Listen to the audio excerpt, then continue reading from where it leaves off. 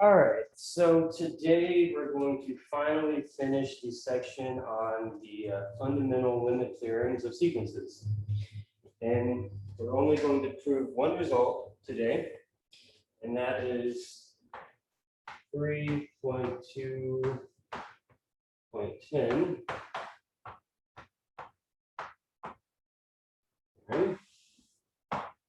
Okay, so this theorem states that if the limit of the sequence is equal to x, where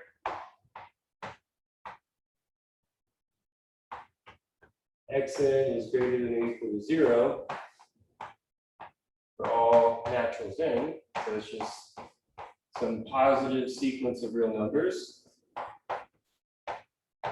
then the limit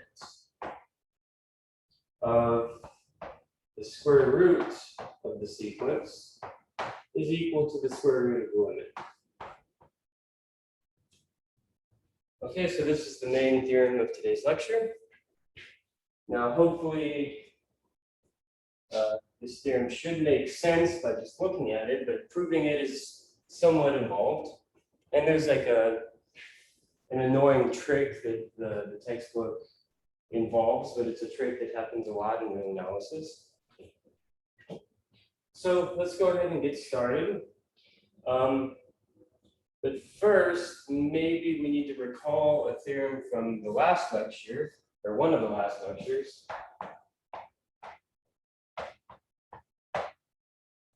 So this is a theorem. I forget the actual number of it, but we'll just reference it by pointing at it as we're proving this one. So if x, in here. So if x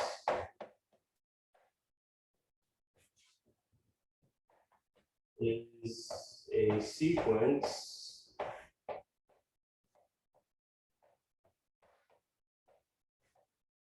of reals with xn greater than or equal to 0,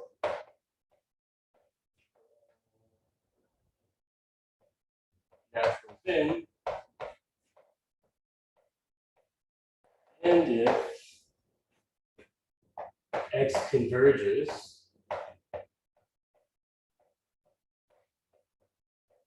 to little x, then limit of xn equals to x is greater than or equal to 0.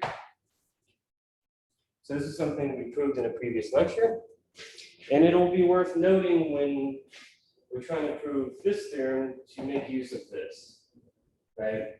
So in particular, we have a sequence of non-negative integers, right?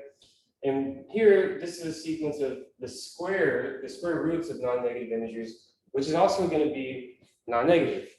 So this theorem that we proved before will ensure that the limit of this is going to be greater than or equal to 0.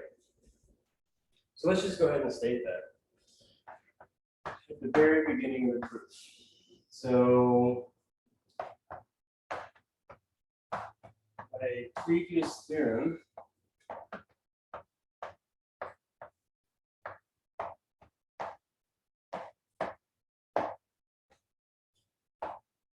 we know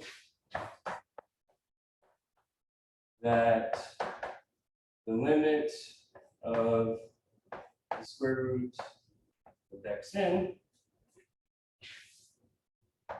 is going to be greater than or equal to 0 if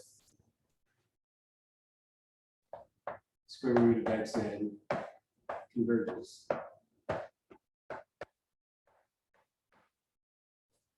Okay.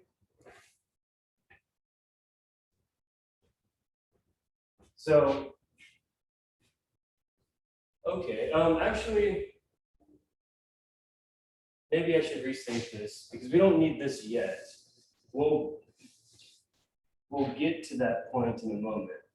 But we can just say we know that xn equals to x is greater than or equal to 0. So under this hypothesis of a sequence of non-negative integers, or non-negative reals, we know that since we're assuming it converges, that if it converges, then that limit is going to be greater than 0. Okay, so this will imply what I just wrote, but I think it's probably better to start here. So if this is greater than or equal to 0, we can consider two cases. We can consider the case when the limit equals 0, and then when the limit is strictly greater than 0. By considering those two cases, those are the only possible cases. If we can show that this holds in both cases, then we've proven the theorem. So I'll say case 1. Suppose that the limit of the original sequence is 0. Okay. And then we can choose epsilon greater than or equal to 0, or greater than 0.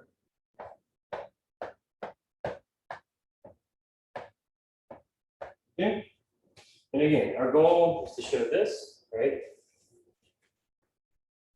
So we just need to show that it satisfies the definition of convergence. And that's why I picked epsilon greater than 0. Okay, so since this converges to x, we know that for this given epsilon, so then there exists, say, k, so index k, such that if n is greater than or equal to k, then the sequence minus the limit, which the limit in this case we're assuming is 0, is less than epsilon. But we also know that the sequence is a sequence of non-negative integers, so we can just drop that that absolute value and just write that, right? Because they're all non-negative. Okay, but this should hold for any choice of positive epsilon, right? Any positive real number, we can do this. So with that in mind, we can pick epsilon greater than 0, and then because eventually we want to look at the square root of the sequence, we can just say, well, if that holds for any positive epsilon, then there is some integer k so that it also holds for epsilon squared. Okay. So what does this imply? This implies that the square root of the sequence xn is less than epsilon, again, for n greater than or equal to k, which k is whatever index we can find, so that the difference between that and the limit is at most epsilon squared. Again, it doesn't matter what's here, just any positive real number. If that converges there, then there is an index so that for large enough index, that's arbitrarily close to that. Or, okay? Okay, so, but what does this mean? This means that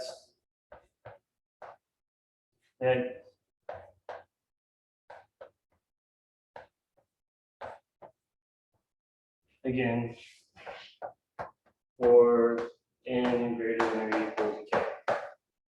Oh, and that's what we wanted, right? So we can just say hence the limit of the square root of xn equals to 0, because we picked epsilon arbitrary, right? But 0 is equal to the square root of x, right? Because we're assuming that x is 0 in this case. Okay. All right, so now we need to consider the case when the limit is strictly greater than 0.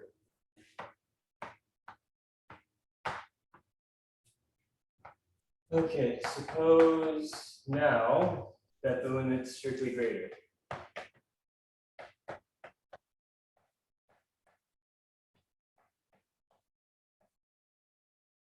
Okay. Now, if the limit is strictly greater than 0, then you can say, and so, we just take the square root of both sides and means that the square root of x is greater than 0. Okay? And again, going back to what we want to show, like again, we want to show that square root of xn minus the square root of x. Oh, yeah.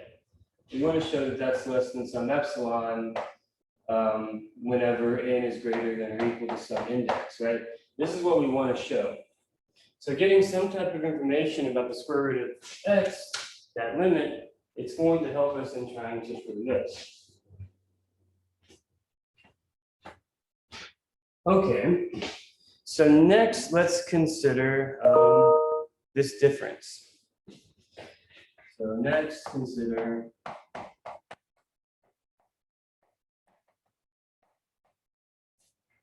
square root of xn minus the square root of x.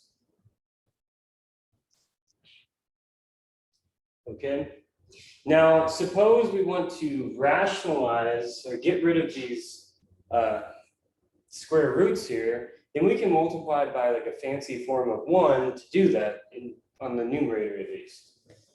So then this is going to be equal to square root of xn minus the square root of x times square root of xn plus the square root of x all over the square root of xn plus the square root of x.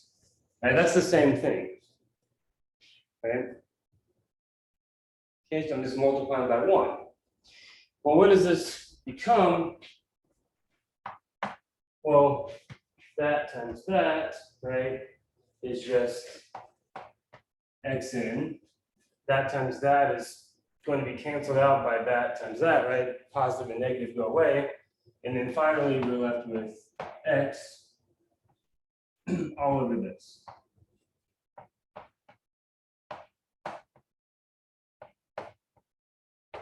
So these are the same quantities. Okay. And I'll call this equation star, if that's equal to that. Okay. Next, so observe that, well, here we have something minus something else, and that's a positive, right? So, okay. Also, oh no, why did I put it in there?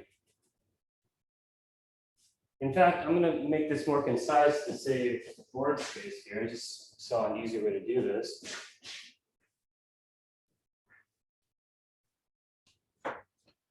This right here is less than or equal to xn minus x all over just square root of x. Why? Because on this side, we're dividing by a bigger number, right, than we are in this. So this is going to be greater than or equal to that. Okay. Does that make sense?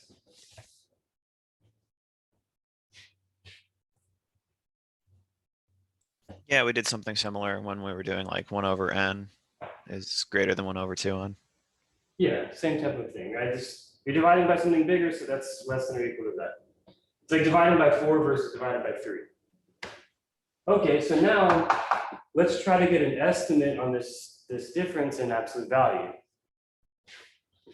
So maybe hence, I guess I'll call this inequality that less than or equal to that. I'll call that star. So hence by star, the absolute value of xn minus x, which is equal to the absolute value of this thing,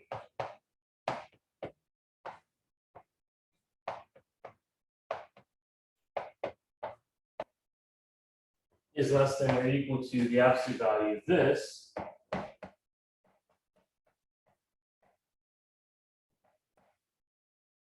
Okay, which is equal to 1 over the absolute value of x times the absolute value of xn minus x. And now we're basically done. So anytime you see that you're trying to bound, so what am I doing? I keep on making these silly mistakes here. That in absolute value.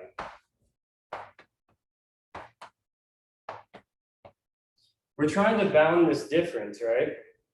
And then we see that that's at most, this is like, that's just the limit. So this is like some type of,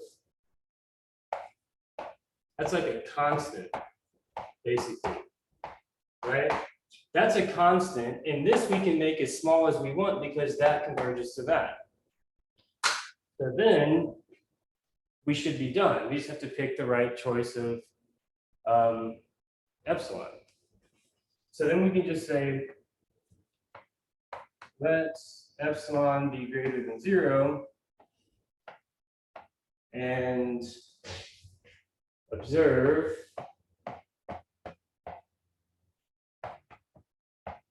there is some index k so that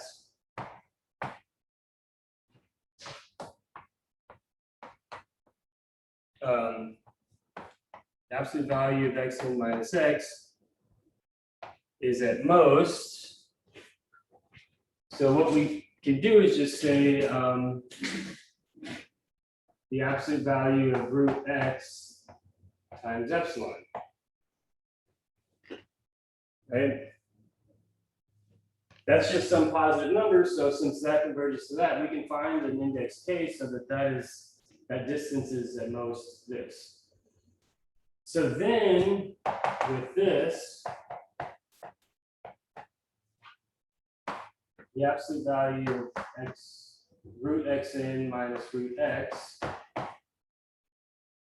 is less than, well, 1 over the absolute value of x times that, because that is at most that. So if I replace this by this value here,